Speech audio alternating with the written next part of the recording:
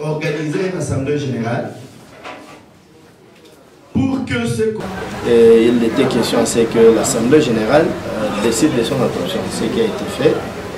Mais également, nous avions ce problème de cooptation de membres de notre bureau parce que jusqu'à aujourd'hui, nous avons plusieurs postes vides, mais également l'inefficacité de certains membres qui devraient être réveillés avec cette assemblée générale d'aujourd'hui.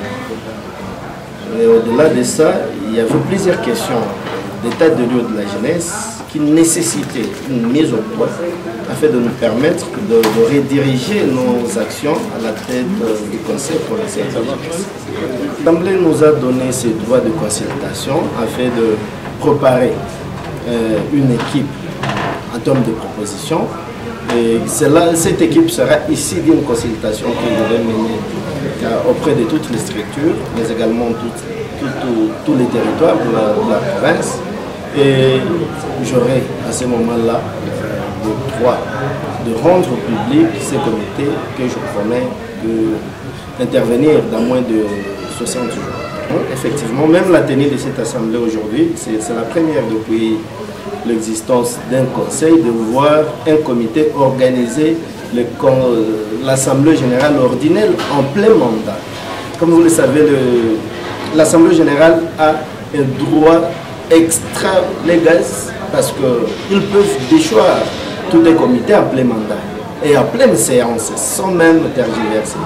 Mais aujourd'hui, je suis fier d'autant plus que j'ai organisé à plein mandat pour le devoir de redevabilité envers mes électeurs. Et cela me pousse à m'améliorer davantage parce que je visais beaucoup de choses.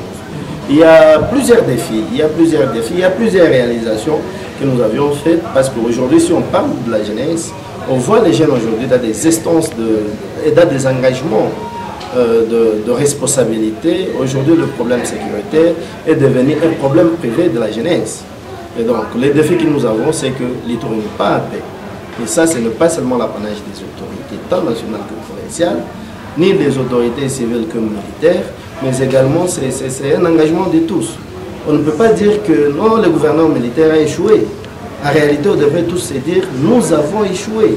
Parce que l'affaire de la sécurité, c'est l'affaire de tous.